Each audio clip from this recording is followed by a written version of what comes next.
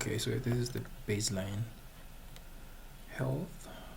This is how the operating system is when there's no threshing, there's no heavy processes running. Let's try again and see. Okay, now change it slightly a bit because we are running OBS.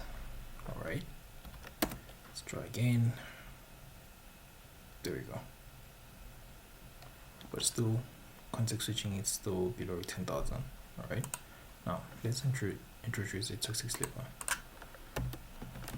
Toxic slipper. So essentially, this is a Nanosleep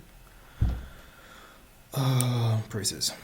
But what's happening is a Nanosleep process essentially it says put me to sleep for this amount of time, and I'll wake up and do the work after this period. Okay, but if it's a toxic sleep, it simply means that the sleeping interval is very short, so it keeps going to sleep and waking up, going to sleep and waking up.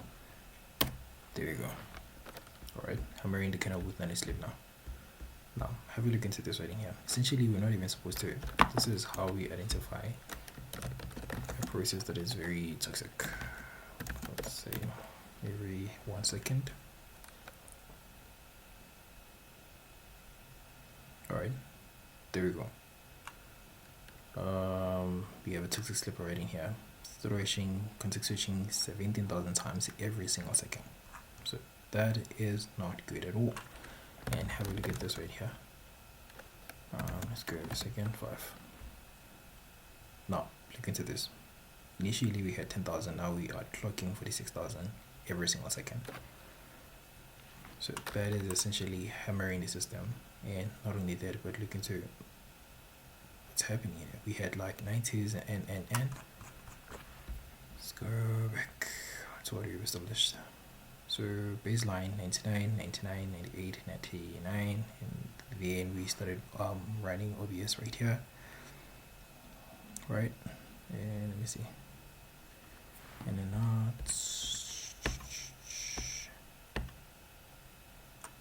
okay, slightly. It's not necessarily like very hectic on the system, but there is a tiny impact to the system. Practically that's how you go on about it. So isolate the process, you find the process. What are you doing, man?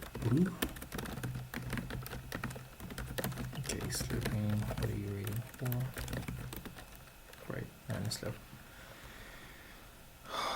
We have identified for a fact that you are a toxic sleeper, my guy, and your impact to the system is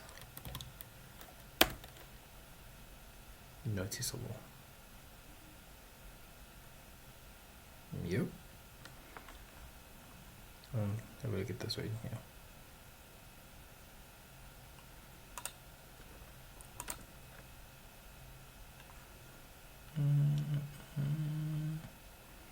So you could definitely, but I don't think it's advisable to like to terminate every single thing that you come across. Essentially you need to document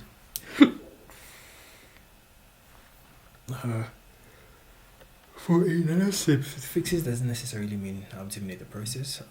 What we need to do, like I've explained before, the reason why we have a Nanosleep is because we have a problem with our sleeping interval. So in this case, what we need to do is we need to increase the sleeping time, or there are possibly 3 to 4 solutions we could try before eventually terminating the process.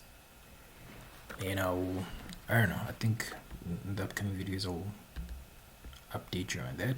I know I've read it, just can't retrieve all the information on top of my head.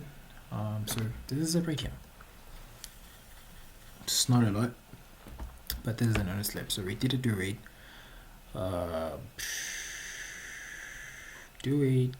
pipe weight, Futex rate, and here it's a Nanosleep toxic slipper. It's just very simple process that goes to sleep and should do so very efficiently. If it's not written properly, then we're gonna have a process that abuses the scheduler. That's it. There we go.